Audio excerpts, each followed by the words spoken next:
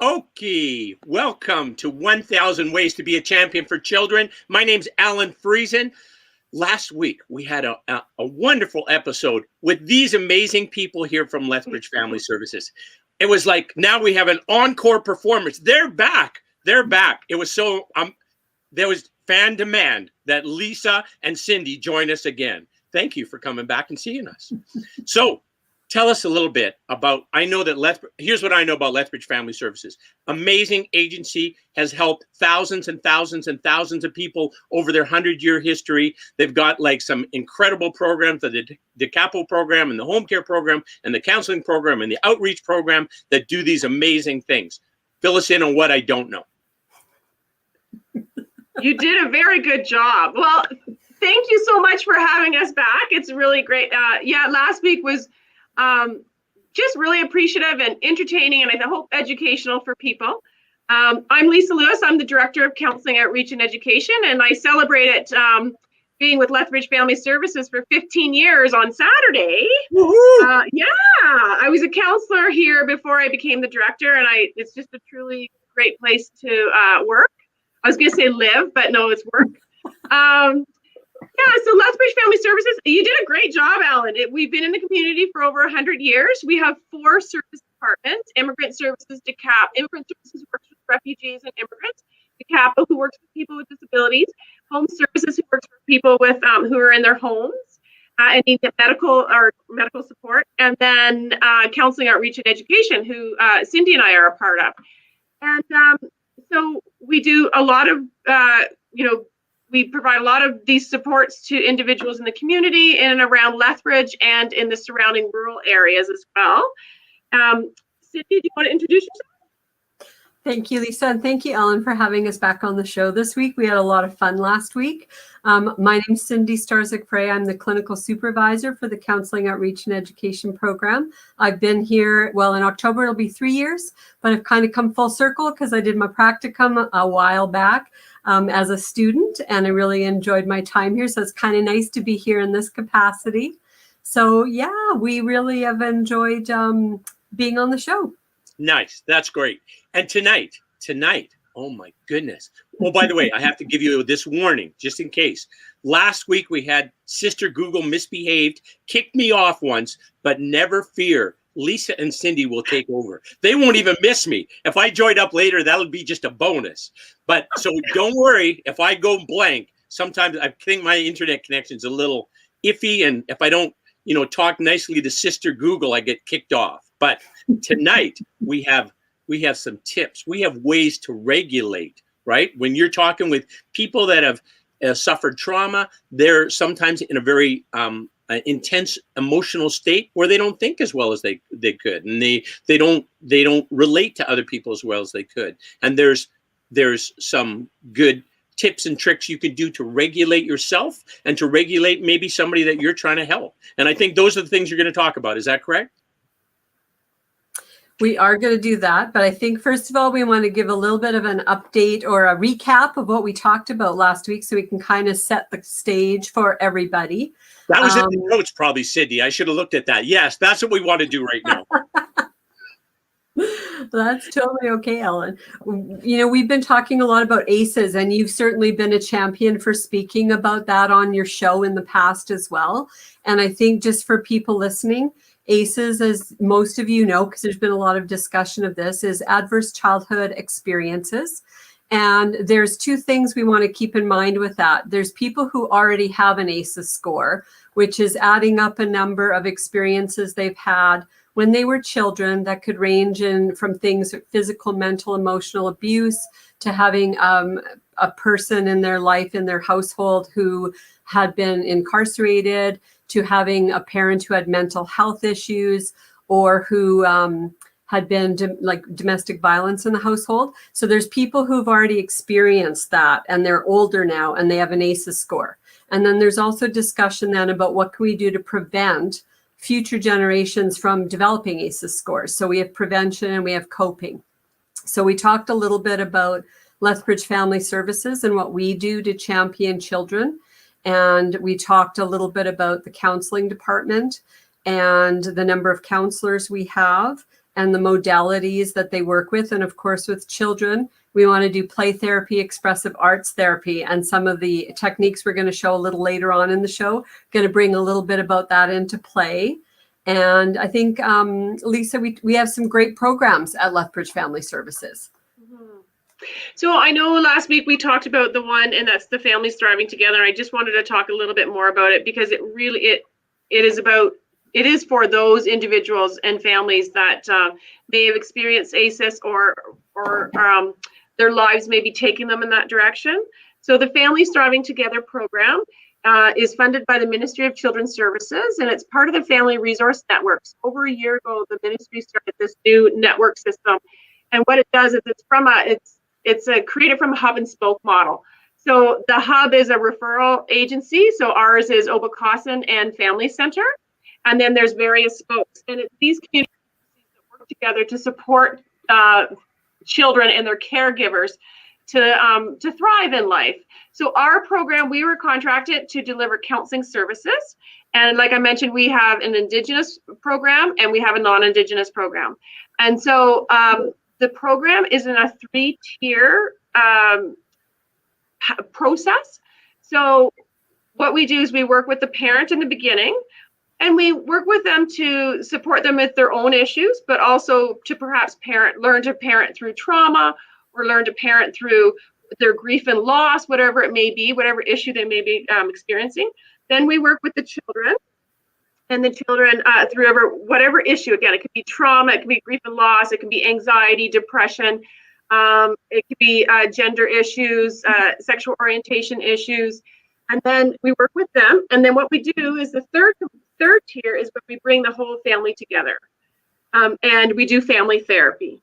Right now, we're delivering the program online, simply because of COVID, and there's always lots of discussion of whether or not we should go back to in person. And we're always discussing that with our clinical team, and then if people, you can self-referral, or an agency can refer to the program, and the program is at no cost too, which I know can be a struggle for individuals in our community too.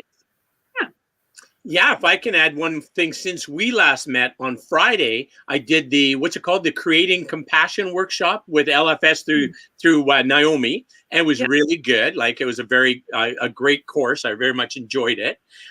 So you've got so many great programs out there, and so many ways to learn more about this.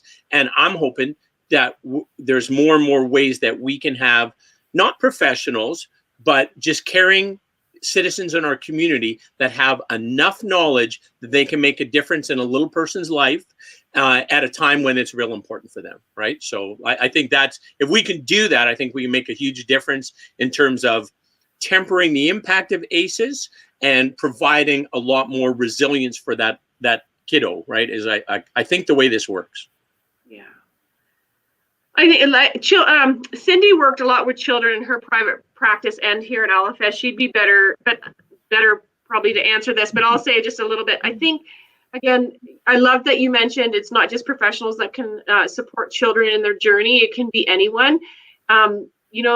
Kids are really just, when they're in need, they really just want to have a trusting and respectful adult to go to, or, a sibling or so I think that if we can anyone can be that person, and really it just requires a lot of listening and being present with them. So. Yeah, exactly. And that's like, if you're in a state where you're okay, your needs are met, then you certainly have that capacity to be there for that little person and make a difference. I mean, if you're in your life where you're in shambles, like, you probably don't have the capacity to help, but if you're in a good place in your life, then you have the capacity. You can make a difference in those little people's lives. So, yeah.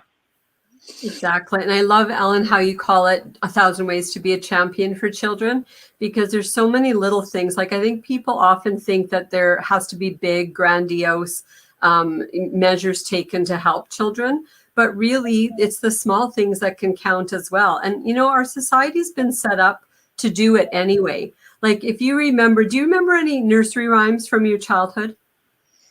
Not right now. I didn't know there was going to be a test, Cindy. Well, even just thinking right off the top of my head, that one, the wheels on the bus go round and round. Sure. Like people remember different little nursery rhymes. And a lot of times, like we talked about song last week, singing is actually a grounding activity for a lot of people, music in itself. So when you have a child who's small and you have a parent or a caregiver or someone who can hold that child and rock them and sing one of those little nursery rhymes, that's grounding an infant. And we do it all the time naturally. And we rock back and forth. And we do these things with babies that just most people tend to do without being told. And so it starts from young. There's lots of really cool things we're already doing, which is amazing. Let me interject a little story here. I think you might find it interesting. One of the things I do is teach firearm safety courses. So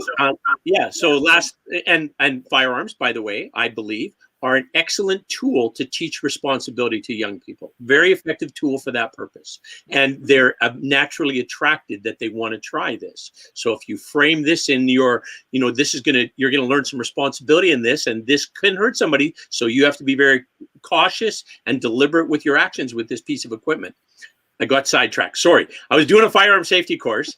And this mom called and she was all concerned because she didn't have anybody to care for her baby. Baby was like 3 months old. And I said, that's okay. Just bring him to the class. It'll be okay. If you need to, take a break and go feed him or whatever, then you can do that. Okay. This will be fine.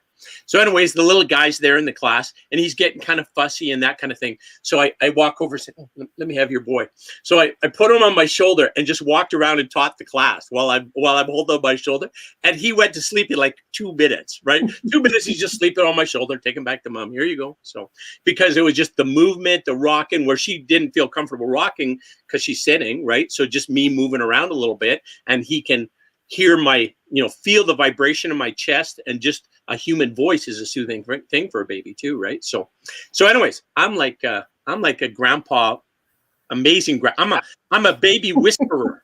I was just gonna say, grandpa whisperer. Grandpa whisperer. That's baby. But, and the other point of that is, what did it do for the adult? Oh, it was good. Right? Yeah, they all. For you and the mother.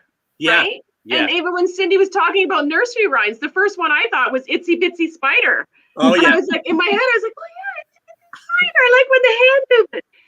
But these work with adults too. Like often when I've worked with adults, it'll be like needing, if there's been lots of family violence or sexual violence in their lives, is needing to remember some of the positive experiences that they've had. And singing, again, like Cindy was saying, it brings such a physical sensation and brings back those somatic memories, like the body memories that we need to experience, not just the visual or the auditory memories, right? So right, yeah. Well said. Yeah. So. Cool. I'm a big singing fan. I don't know if you know this, but I'm a big singing fan. I think it should be a prophylactic that every activity that everybody does. Everybody sings every day. Man, mental health would go way more positive in a big damn hurry. Yeah. Well, this is probably aging me a bit, but there used to be a show on television called Ally McBeal. And Callista Flockhart, and she had this one scene with her therapist where the therapist threw out this idea to have a theme song, and that whenever you were stressed, you would think of this theme song. Oh, right. So I've used that in my therapy with children and teens and adults to say, what is your theme song? Because I use it myself, and when I'm stressed, I have one song that pops into my head all the time now because I've used it so much. Cool. And it calms me down right away. Nice. And was that the song where it had the little dancing baby? Yes. Yeah, that's what it was. Yeah, I remember that. Yeah. I think Tracy Ullman was the Lisa's too young. She doesn't understand what we're talking about. Okay, I just need you to just give me 2 or 3 verses, and then I'll remember. No. Of the song, Cindy's song? Yeah, I don't remember it. My song's different than what Ally McBeal picked. I can't remember what song she came up with. I can't remember, but I know the baby would always do a little dancing thing every time the song was playing. So yeah. My personal song though is by Chumbawanga, and it's "I get knocked down, but I get up again. Nobody's going to keep me down." So nice. it just goes over and over in my head all the time. So nice. I don't know the lyrics to the rest of the song, and probably don't want to because I've been told it's actually not the best song. But that line is awesome. yes, that is a good one, and it's got a real nice rhythm to it as well. So yeah, that's excellent. Cool. Mm-hmm. Cool. Yeah. So I guess, Cindy, should I come down and we'll do some of the emotional regulation? Do you want to? Well, before we do that one, how about we try a couple on Ellen and make him do a couple? All right. I'm ready. I was doing stretches earlier, getting ready for whatever you're going to do here now. All right. I'm ready. Well, and you know, one of the things Lisa and I had been talking about too is that a lot of parents want to know developmentally what you can do with kids at different stages, right up through adulthood and senior life. Because it's harder sometimes to think of with children what you can do for very young children as well. So we had talked about, and you actually brought up an excellent example of this, where you would hold a child against yourself, an infant, and walk around. And yeah, we've all got examples of where they just fall asleep. So a variation on that with younger children would be what one of my mentors, Leanna Lowenstein, I love her book. She's a play therapist. She talks about this one exercise, which is called Listen to My Heartbeat. And Lisa and I were talking earlier about this and how you can make this be for anybody. And so for a child, what you would do is get the toddler to sit on, you know, the caregiver's lap and say, I want you to put your chest here and just listen to mom's heartbeat. Just listen to what that sounds like. Can you hear mom's heartbeat? And you have the child listen, and it instantly calms people down. That's why a lot of noise makers, white noise makers, have a heartbeat sound. For some people, it's very calming.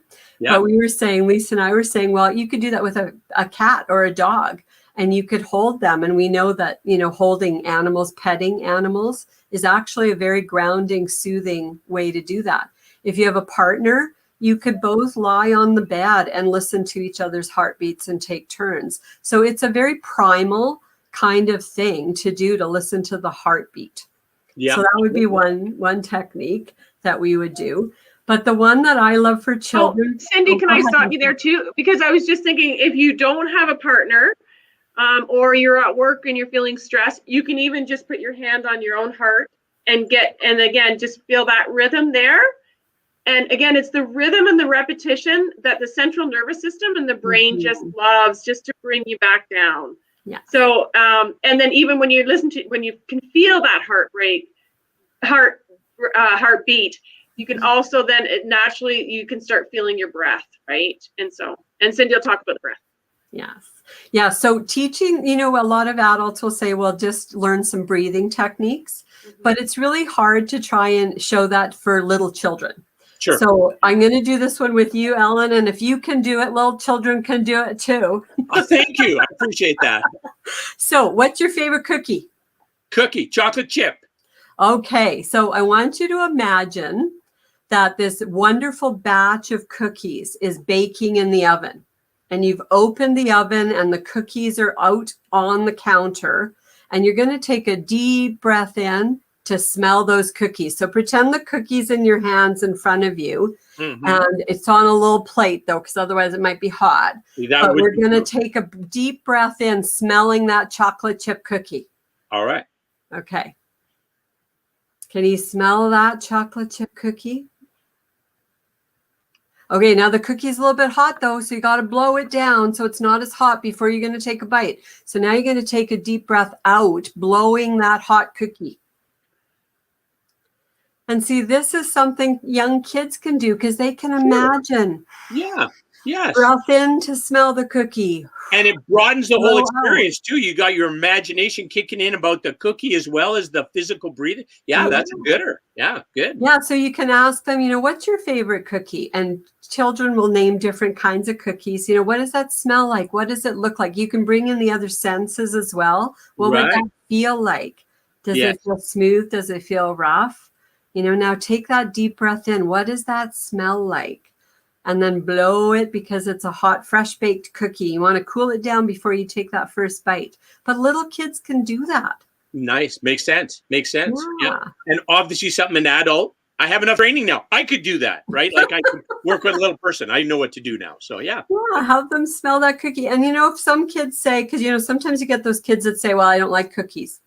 Well, think of something else that they might want. What kind of pie? What kind of pie? Do you like pie, Lisa? That's where I went. I went to the pie. Okay, Lisa, what would be your favorite pie? Lisa, you do not like cookies? Is that what you're I trying like cookies. I like cookies, but I would prefer an apple pie. All right, fair enough. Ooh. Okay, good enough. Good enough. So I was just when you said it, I saw the apple pie in the stove, and again, I had visions of childhood, so I could see that, and I could see my mom making it, and all that kind of stuff. So Yeah. Well, any dessert would have worked for me. Anything sweet, not there. So yeah. So. Oh, that is excellent. Well, Nice. we've got some other ones that we want to do, but I think it would be best to have Lisa come to the room. So we're going to put our masks on so we are keeping safe. Hopefully we'll be able to hear each other through that. I'm going to try it out, Ellen, with you, okay? Okay. Okay, can you hear me through this? Yeah, can hear you fine. No Excellent. problem at all. I'm going to open the door and let Lisa in. We'll be All right right. back. Hold that Okay. thought. All right, sounds good. Here she comes. Okay. First of all, Lisa's going to be a little kiddo. She's going to pull a seat over here. And you can do this one with us, Ellen. Okay. This What do we one need? is, you can just sit there. This one's called the butterfly hug. Okay. So do you remember, with a butterfly, they have their wings and they float, right? Yes. Well, we would show a child that you would cross your arms and then you're going to let the wings go right, left, right, left. And if the child feels comfortable, you could invite them to close their eyes. So if you feel comfortable, Ellen and Lisa, I'd like you to close your eyes. And I'm going to be quiet for a minute. And I just want you to be letting the wings gently tap.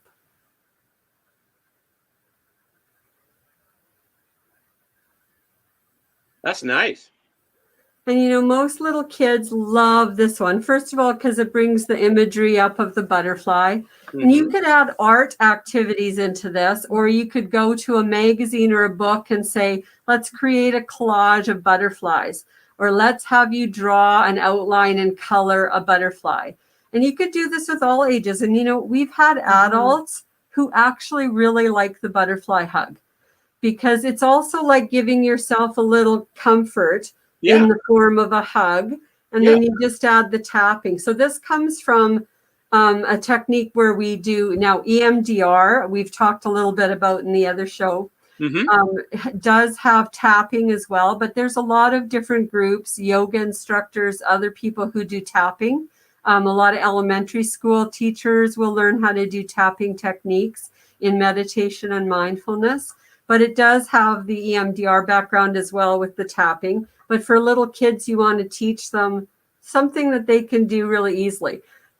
Now, sometimes you get the kiddos who go like this, right? Or they're doing both at the same time. So it's also a really good, nice, calming technique to gently show them how to do it.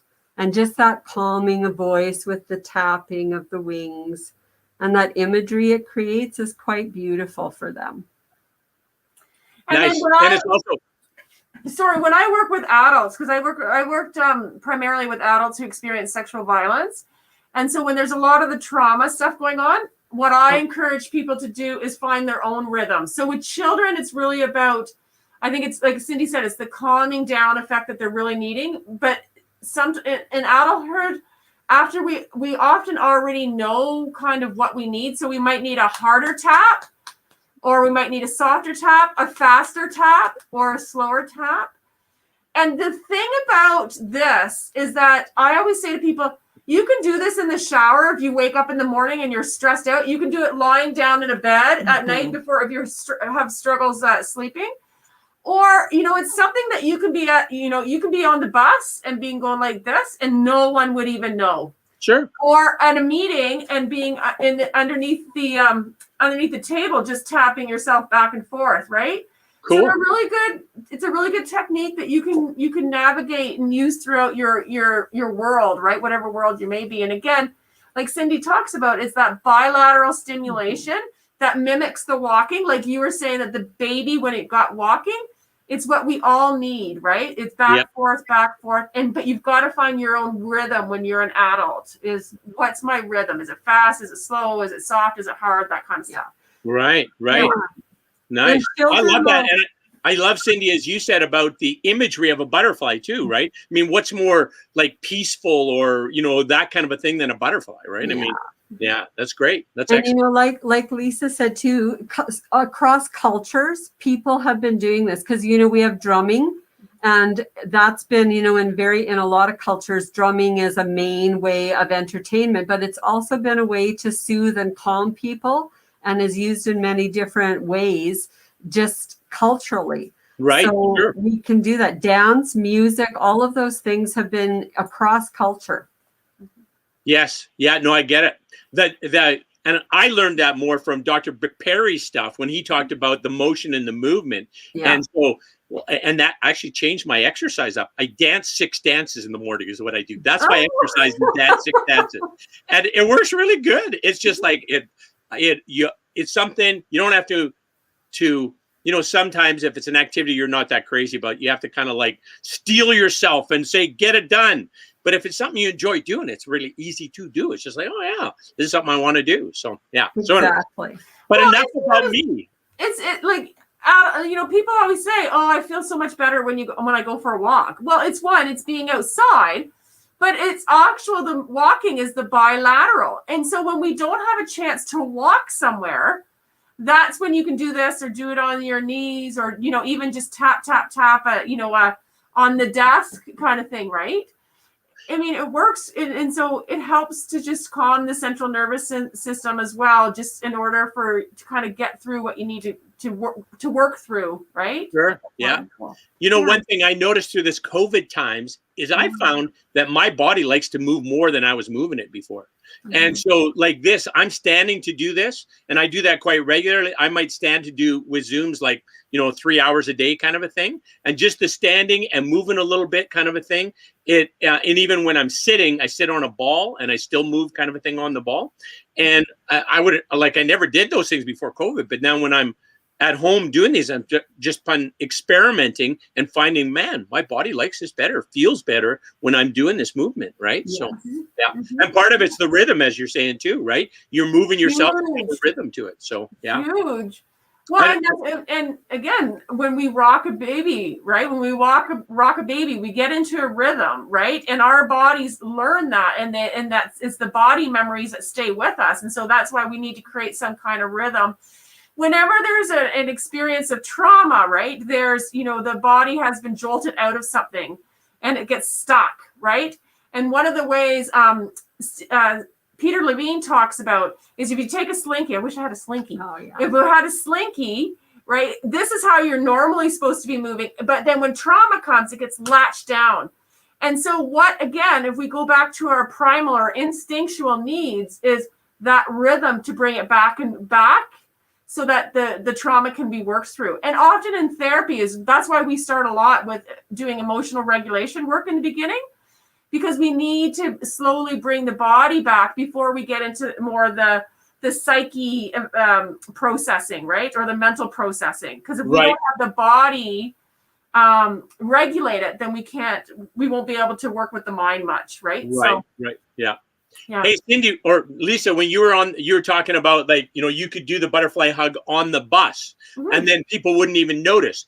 But why? Why would we be concerned if people noticed? What if people saw Lisa doing that in the bus and they said, "What are you doing?" I said, "Hey, this is a self-regulation technique. You should try it. It's a good thing." Why would we be worried? I'm saying I understand that a lot of people would be, and I might be as well. But why? If that's a good practice that we could share with anybody and it might make their life better, why wouldn't we share it, right? Well, and I agree. I think it's something that, we should almost have society and our culture become normalized with some of the techniques that we do. I always think about the people, and again, because my therapy practice has been with people who've experienced trauma, in the early stages, they don't want attention on them, right? So Right. that's what I meant by this is something that you could do on the bus and nobody would notice because it's just earlier on in the process. Now, later on, when they've got some, there's been some shifts. Yes. Maybe that is something when they go, oh, and you'll see this often. You'll hear this in people. They'll go, oh yeah, my therapist taught me how to do this. Right. Right. Yeah. And then it'll be like, I didn't know you went to therapy. And it's like, oh yeah. But in the early stages, it's they need just that protectiveness. Yeah. Makes sense. While they're trying to regulate what's going on for them. Yeah. Okay. Good one. The breath with the cookies. Now the butterfly hug. It's just getting better and better. What's next? Well, now we're going to take Stuffy for a ride. Stuffy. All right. So this is a great one for parents or caregivers to do with younger children again, because most kids have, stuffies on their bed or in their bedrooms. Yes. So you can do this on the bed. So we've got Lisa lying down on a yoga mat. And I'm going to go here. So pretend your child would be lying down. Oh, I think our chair's in the way here. Just a minute. Oh, yeah, there. That's better. Yes. Thanks. Is that better? Yeah. Okay, so you would invite your child to lie down on the bed and they could pick their favorite stuffy. So Lisa's picked this little lion. Oh, yes. And you would get the child, you'd say, would you like to hold the stuffy first of all? Give the stuffy a hug. And then you're going to put the stuffy on your diaphragm. So just on your tummy there. You can let it lie down. And then as you take a breath in and out, you can take Stuffy for a ride. So let's see how high you can raise Stuffy. And you take a deep breath in and now let Stuffy go back down. So I don't know if you can see it as clearly on there, Alan, but Lisa's chest and diaphragm is going up and down. So children like to have things where you can kind of make it visual. So taking Stuffy for a ride shows them that you're putting the Stuffy on your chest and diaphragm, you're breathing in and out, and Stuffy's going up and down. It's a really, really quick way to teach children diaphragmic breathing without, explaining, well, you need your diaphragm to go in and out with the breath. Let's take Stuffy for a ride. And even if they don't do it properly, they've got a Stuffy there. They've got mom or dad or a caregiver there to help be there. It's just a wonderful way at the end of the day, especially. It's a nice activity to do before bed to help them. Yeah, that's great. Yeah, that's great. Can you talk about the diaphragm breathing and just, again, more the, why it's important with what happens in the body and stuff? Yeah. And I mean, Lisa's just talking about why is it important, especially, with children. When we get stressed and we're in fight or flight, our body goes into a place where we want to run away, we want to fight back, or for a lot of children, it's freeze. And so if you can help them to regulate all of that, it helps with their heartbeat, it helps with their racing intestines and all of the stuff that's going on inside. And it helps to slow them down because, without going into a whole bunch of scientific explanations, but we've got the part of our brain that's like the reptile part, which is a reaction thing. It wants to do the fight, flight, or freeze. Where we actually make decisions and do problem solving is in the front of our brain. But children and adults can't access that part of their brain when they're not regulated. And so if we can do diaphragmic breathing, that helps to regulate the body so it goes out of fight, flight, or freeze, and it goes into a place where now I'm calm. So I'm going to be able to think about what to do next. I can think of what the solutions are. I can think about what I could do in this situation. But a lot of parents, we get stressed and the children are arguing with their siblings or doing something and everybody's stressed. And you're trying to get the kids to do problem solving when they're not in a place where they can do that yet. Or if you have a child that's screaming before bedtime and they can't go to sleep, you have to regulate them first. You can't just say, just go to bed. It's bedtime, just go to sleep. Right. I don't know, Lisa, if you want to add anything about adults with the diaphragmic breathing. Well, I think the one thing I want to, say, and again, just to, I think this is just more from a compassionate perspective. Yeah. There are some times when you can't focus on your breath. So we do know, like Cindy was talking about the fight, fight, freeze. We do know that when we are in some of those places, to focus on the breath is actually dysregulating. So it is really learning what works for you and what works for the child. And that's why like Cindy offered different, like there's different ways to work with it. So maybe in the beginning, it's maybe the lion's belly that goes in and out. Like you start really slow with that, right? Or with adults, sometimes I work with them, and to focus on the breath actually mimics the trauma that they've experienced. And so we can't do breath work. And I would say probably with some children, it's the same, like with the high ACE scores. Yeah. You can't focus on breath. You have to go somewhere else first. And that might be tactile, it might be auditory, it might be visual, taste. So, and so in that case, it might be like talking about the cookie. Yeah. It might be doing a meditation where you put a chocolate or a jelly bean or something in your mouth. And that's a taste sensation, a taste sensation. And we do like, what's it like to taste it melting and going down your throat, or moving it around amongst your teeth or your tongue, those kind of things. Because to go to breath would be too frightening. Got it. It would cause a traumatic reaction. Yeah. So I think I understand what you're saying.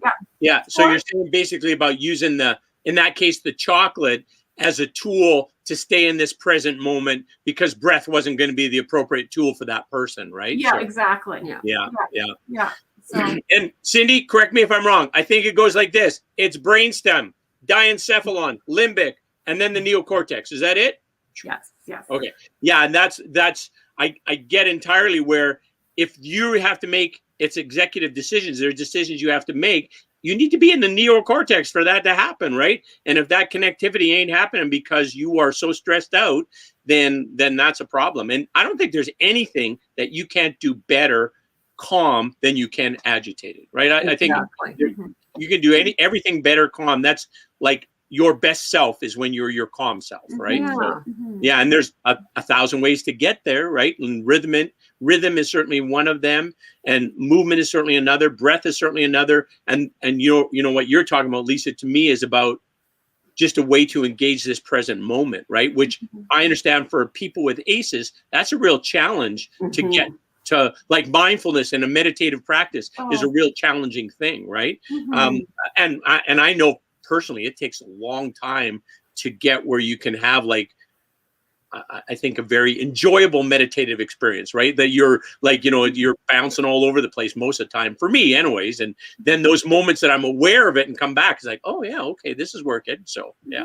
Well, and Ellen, I don't know if you remember, but a number of years ago, those adult coloring books became really popular. Oh, yes, I do. It was kind of funny because it became this big thing. But in counseling, we've been doing that for years because it is actually a really good grounding technique. And with children, you can do it. I taught it to the college students when they were stressed before exams, because you can go to a dollar store, you can buy a coloring book, you can buy a bunch of crayons. And when you sit down and start just coloring, it's a mindful exercise, but it's also a little bit mindless. Right. So you have to use parts of your brain to select color and to be able to color, like actually stay within the lines and things like that. But it's also calming because it brings back childhood memories for a lot of people. The smell of Crayola crayons is awesome for that. But it also is that you can just let your mind release. And, a lot of people who can't meditate will say, well, I can't sit down and meditate, but they can sit down and color. And a lot of people do. And I think that's where the popularity of those coloring books came from. Makes good sense. Yeah. I love what you said, Cindy, about it's also about decision making. And so that's the other part of the brain. And then you have to engage it. Maybe I don't stay on the line. Which drawing am I going to pick? And like she said, which color am I going to pick? And you're scanning things, you're trying to focus, you're going back and forth. So there's a lot happening, but it's happening from a place of calmness and connectedness versus scattered and confused, right? Right. So, yeah. Nice. That's a good one. That's good. Yeah. Do you when you're for adults, let's for advanced breath workers, breath peoples, do you have where they do you have a preference about breathing through nose or breathing through mouth? I'll tell you why I'm telling you this. Yeah. You do? Okay, but Patrick, what's his name? Bateko, I think. Like this whole breathing thing that he has, his system, if you will. And there's all kinds of different people have their different system. Yes. But his is through the nose and through the nose in, through the nose out. And as quiet as you can make it, which is actually makes a big difference. And it's easy to see that you're doing it right. If the breath coming in is really quiet and the breath going out is quiet, you can't even hear it, right? If you can do it that way. I added one thing to his technique in that I breathe. I heard this from somebody else and I loved it. I breathe in as deep as is pleasurable, and then exhale as much as is pleasurable. And that's the extent, right? That's the range of the inhalation and the range of the exhalation, all through the nose and as quiet as possible. And man, that breath works really good for me. That's the tool that works for me. And I realize that's not the only way, but it's a way that works well for me. So. But you made a good point. It's about finding out what works for you. And it's the intention behind the breath. Like, in yoga, there's the really deep breath. What's it called? When you do the, I can't remember what it's called right now, but it's more of a really deep kind of, you want to get the system going fast in like, say something like hot yoga. And then there's, either is your intention to, calm the central nervous system, calm yourself down. Is it just to feel your body? Is it, so again, it's really in therapy, what we teach is what makes sense and what feels good to you and what you need. Right. And so we encourage people to look at what their choices are, because when you have a high ACEs score, or even any ACEs score, it doesn't always have to be high. There's often been an experience where you've had no choice. Right. And so in therapy, it really is about learning about yourself and learning that you have choices. So Alan, you said it great. You said, I learned this breathing from this guy, from this Patrick guy, but then somebody else told me this, and I just combined them two.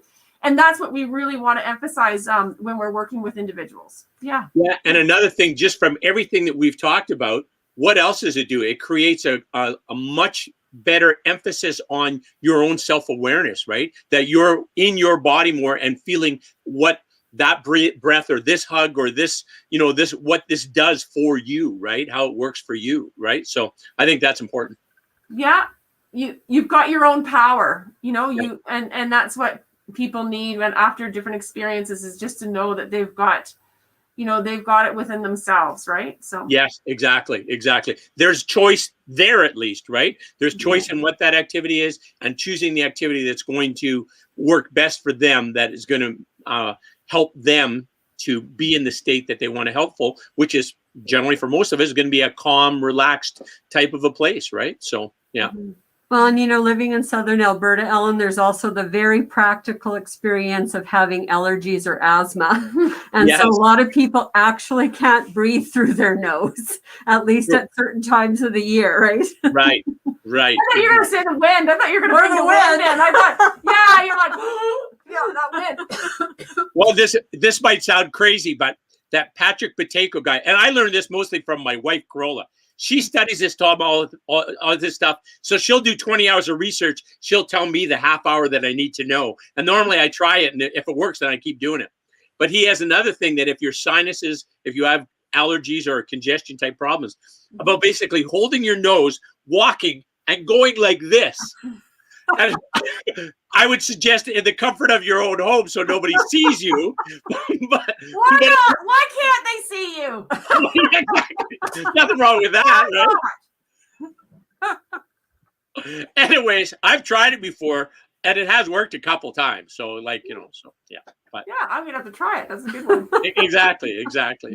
What other things do we have that we might want to share yet? Well, one of the things we talked about tapping, but we didn't talk about what parents could do with the child. So, when Lisa was talking about if you're in a meeting or something and you're tapping underneath the table on your knees, but a lot of times, parents will say, well, my kids are really stressed and they're really dysregulated and what can I do with them when I'm talking to them and trying to be there for them. But you could face each other. So if Lisa was the child and I was the caregiver, and I would be looking at her and I would be tapping on her knees. Oh yeah, cool. Now, you can do it on shoulders as well. Like as a caregiver, you'd have to figure out for the child what works for that child. And, you know, like with adults, you want to get permission as well from your child too. So ask, is it okay if mommy does this? And then you can just be tapping while you're talking about the child's experience. And you're tapping on their knees or you're tapping on their shoulders. I went to a workshop with a woman, Anna Gomez. She actually uses paintbrushes for the children clients, and she'll use the paintbrushes on the child's hands in a sand tray. So that'd be a pretty cool experience, right? That the whole experience. Yeah. Cool. Yeah. So it's just, again, that bilateral stimulation, but the parents find that the children start to calm down naturally as you're tapping, and they get to a point where they're regulated again. And then you can go on to ask, you know, what is going on? What can we do to make this better? Right. But you can't go there right away. No. Yeah, I see what you're saying. Cool. And tapping, I've seen it done before. I've tried to learn it. What I saw was more about like the points, like above your eye and here, and like there's like, I don't know, probably 30 points where you're supposed to manipulate, and here on your collarbone, and that, again, though, what does it come to? The rhythm of it, right? And the self-awareness that you're aware of yourself when you're touching yourself that way, right? And so, again, those kind of common themes come back into something, a tool that might work for one person and won't for another, right? So it's 100% rhythm and repetition. And again, like we were talking about earlier, you've got to find out what repetition works for you and works for your child. It could be fast, it could be slow, it could be hard, it could be soft, it could be, squiggly lines, it could be whatever. You just need to figure out what works for you. Rhythm and repetition is what it's all about. Yeah. You've I think I heard this before, and I think it makes sense, and I think you would confirm it. The intervention that the child needs is also often the same intervention that the adult caregiver needs. Is that common? Yes. Yeah. And they're so simple, these tools, right? Like, you can do this anywhere, anytime. You don't need anybody's help. You don't need special equipment. You don't need a gym membership. You don't need to drive anywhere. You can do this anywhere, anytime, right? Breath work, meditation work, the tapping work, the butterfly hug work, the watching.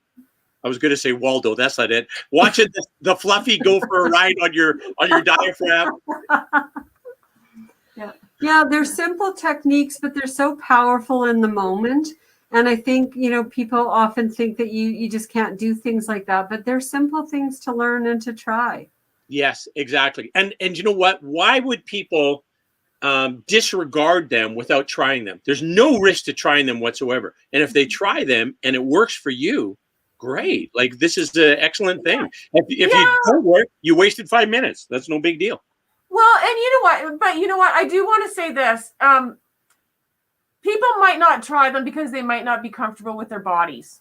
So that would be a reason, right? Like, again, like I was saying earlier, to feel the breath might cause a traumatic reaction. Right. A dissociative experience. Or they might not be comfortable with their body. But it's what Cindy said earlier is that, it's asking the child permission. And maybe it's, daddy's going to tap for 2 minutes, or daddy's just going to tap until you say done, and then it's done, right? Like, if we're looking at this from an ACEs perspective, right? It really is about, when you're doing any of this, it's giving the power and the control which comes to choice back to the person, right? Whether it's a child, teen, adult, an elderly person, really making sure. Because you might do something like tapping, and it might just be really bizarre for the child. We've seen that, right? Where it's like, nope. But again, you bring in an object or you bring in something else. So it sounds easy, but it doesn't always work for people. And so again, it's that extending that compassion. But the best thing that all trauma. And again, I'm focusing a lot on trauma, but a lot of trauma therapists and researchers say is You know, when you can engage that part of the brain that has curiosity, that really helps, because when trauma happens, curiosity is taken away, because again, trauma is stuck. It's the experience of being stuck. But when you can introduce some, or when curiosity starts to bloom, right, then that choice gets back. And so then it's about being curious with your child or curious with yourself. Right. So, Right. yeah. And that, what Cindy was talking about last week, is that's all the play. Curiosity is play. And back Right. But expand for me, Lisa, about where you're talking about, you know, some people wouldn't want that because they don't feel comfortable with their bodies, or maybe they don't like their bodies. Like maybe their body is a source of shame or something. I don't know. Yeah, absolutely. It could be that their body is a source of shame. It could be that they, you know, again, because of some trauma experiences, that they don't feel comfortable in their body. So touch is very uncomfortable, like, and actually very frightening. It could mean that the relationship, that the person that you have that wants to tap with you, you don't trust them. Right. Like we do, you know, we do have, you know, we have had children and partners where some of this doesn't work, or with their partner, or with their parent, or their step parent, or their sibling, simply because the trust isn't there. So that's why we go back and we take steps back to find what would work with the relationship, because maybe there's been too much of a relationship rupture. And so part of this is working towards healing that relationship, but we have to take further steps back. So maybe it's about, again, each person having a stuffy, or I loved when Cindy talked about the paintbrush, because again, that's not physical human touch, but it's an object, and they know that the person is doing it to them, right? Right. So, yeah. I mean, in a perfect world well, I shouldn't say it that way. I would think that the optimal health that you could enjoy is if you loved and valued and appreciated your body when it's working well. Does that make sense? You know, that it is a practice I've been trying to do, in terms of have a body scan in which I acknowledge and value every part, all of my body, to say, hey, you know what? I'm not going to wait until my knee's no longer working and I need surgery. I'm going to today say, damn, this knee's working pretty good. I can move fine. I can breathe fine. My arms work well. My vision works well. I can form thoughts and have imagination and you know, and have create a very comfortable place in terms of an emotional space for me right now. Like I can do all these things, right? And I think that appreciation kind of fuels more of that, of how your body's going to perform and how your mind's going to be formed, because you're valuing and appreciating. Does that make sense? Yeah, it totally makes sense. And appreciation is, again, extending that compassion and that understanding to yourself, right? So if my knees aren't working today, maybe it's simply, you know, again, I hate that using the word simply. Sorry, I don't want to use that. It's acknowledging today's a day where my knee's not working its best. So what can I do today in order to work with my body versus against it and pushing it? Right? Exactly. So because we get a lot of messages from our culture, from our family, from society, from everywhere, about how our bodies should operate and what they should look like. Right. And so it's, you know, again, when we can get to a point, and you know, one day it might be, you know, you're feeling great, the next day or the next minute you might not. But again, if you can extend that compassion, that understanding that this is where I am today, and it's not always easy, right? No, I agree. I guess my point is this, that yes, you're going to have where this does hurt and that does hurt and this isn't right. But on the days that it is working, to value and appreciate that, or be grateful for, wow, I feel great today. Look at how well I'm moving here. Look at, you know, that kind of a thing, to be grateful for the times when it's working well, right? Yeah, I understand. I understand what you mean, Alan, because I think what you're getting at, and it's a really good point, is we are strongly encouraged when we're young to look at things that aren't going well. Right. You didn't get a good report card. You're not riding that bike yet. Why can't you be more like your sister? Kind of things. Right. So really in our world is, again, valuing when things are well. And I think you're right. Like, not a lot of people slow themselves down to go, wow, today was a good day. Right. Or today my knee's working well. Or today I feel good in my body. So yeah, I totally see. Thank you for clarifying that. Yeah. Yeah. Cool. All right. Yeah. We're like about 6 minutes left. What other things do you want to share? I'm going to go back to my room so that the last 6 minutes we can be unmasked. Unmasked. I'll be right back. Cindy and Lisa, unmasked. The next episode. Okay. Excellent. All right. Oh, my good. Then we got some comments here, Cindy. Oh, yes. Let's hear it. Joanne Finch says, hi, Cindy. And then she said she watched about tapping and that she needs a stuffy. Such a good idea. Oh, thank you, Joanne. And next time I go to Catwalk, I'll let you know that. All right.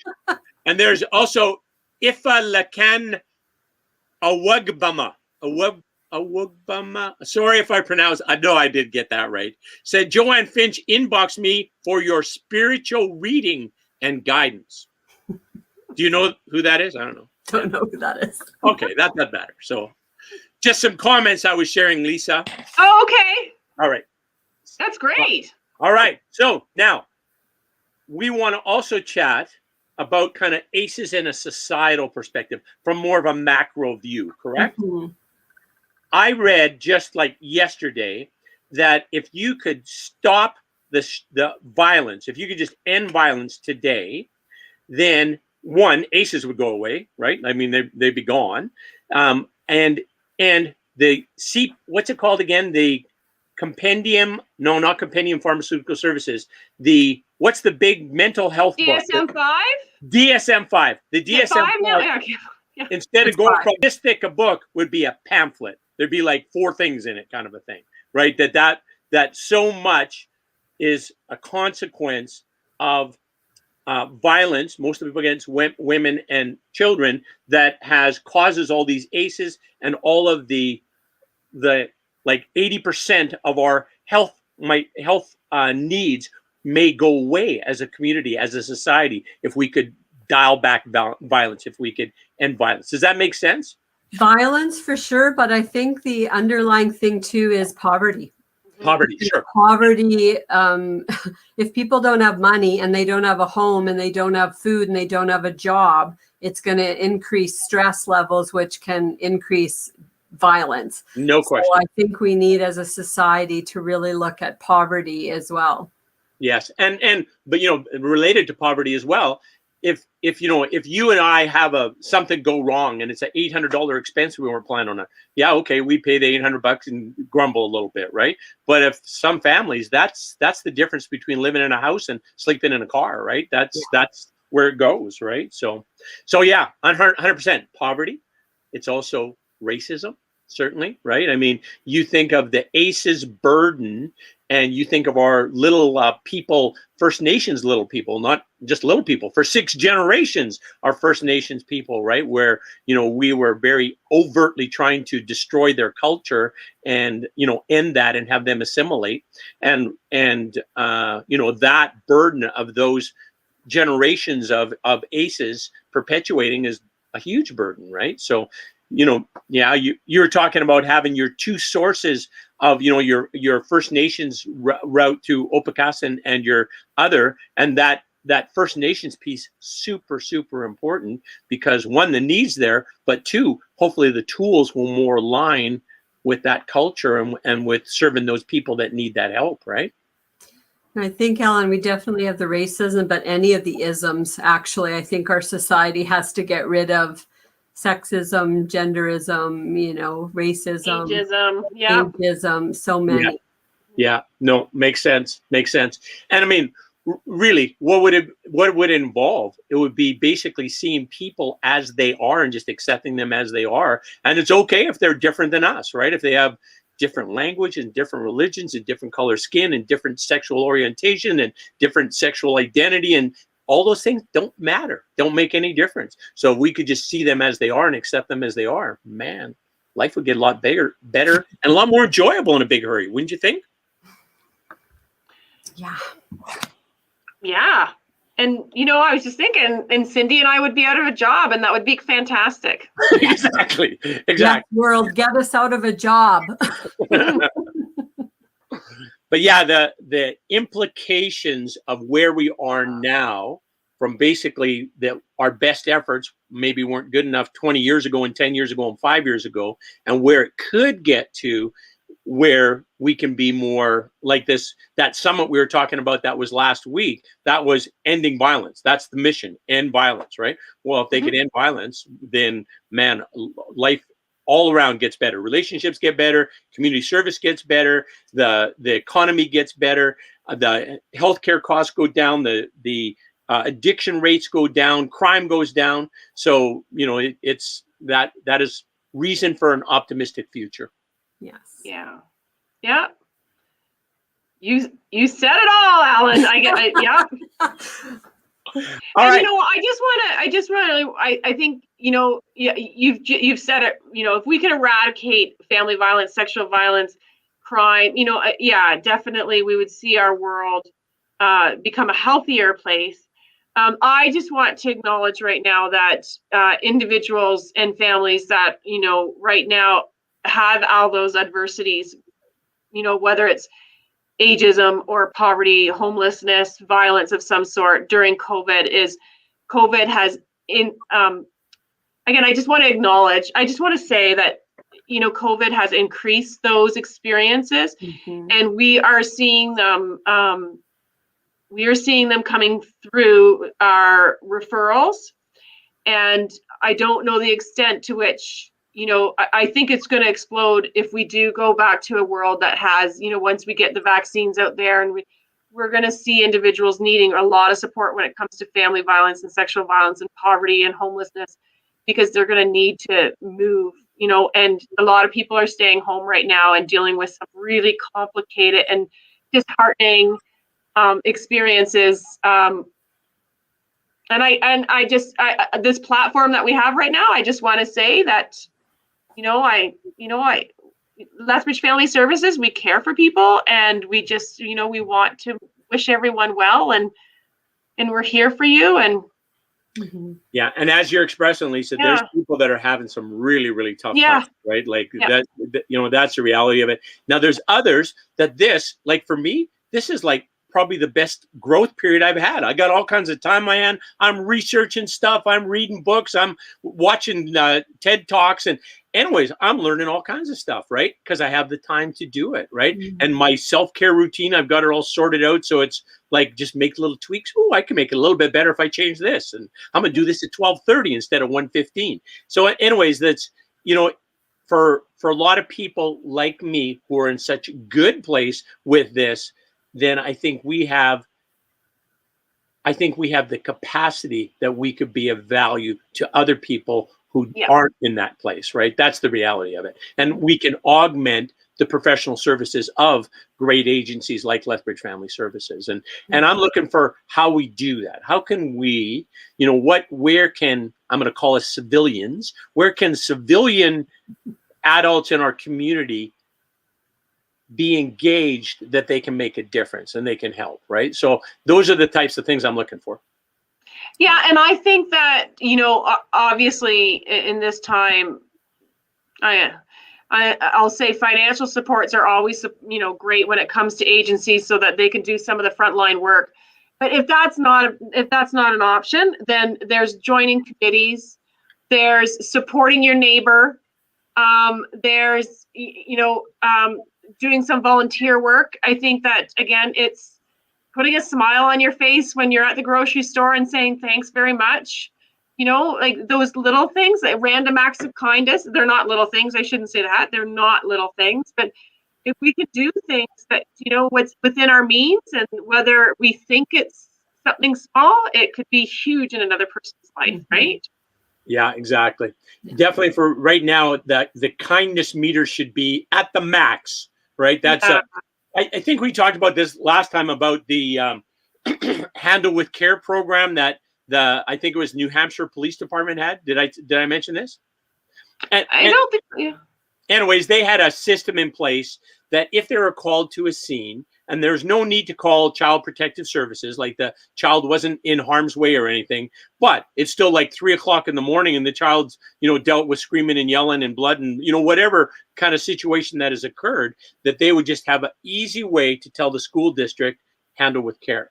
And so when Timmy comes to school next morning, they just know, they don't know any details except that Timmy is going to be a little off today. And how do we help him? If he's got to do a test, we're going to defer on that test. If Timmy needs a nap, he's going to go get a nap, right?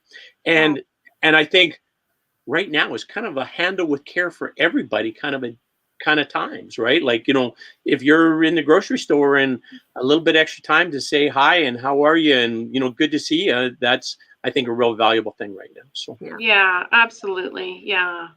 Yeah. Okay. Well, ladies, it has been a pleasure hanging out with you. Thank you so much. So Lethbridge Family Services has a number of programs available. They've got, I've taken a few of their courses, really well done, very good, caring, smart people who are delivering the courses. They've got counseling services. They've got the home care services. They got the DeCapo program. They've got the immigration services that they have. There's all kinds of opportunities where you can learn things and you can also be of value. So thanks for listening. And next week, we're going to have another version of 1,000 Ways to be a Champion for Children. I don't even remember who that is, but we'll find out then. Thanks, ladies. Well, thank Thanks, you Alan. so much, Alan. And thank you for doing this great work. It's really appreciate it. And thank you, Cindy, too. I think we did a great job. Thank you.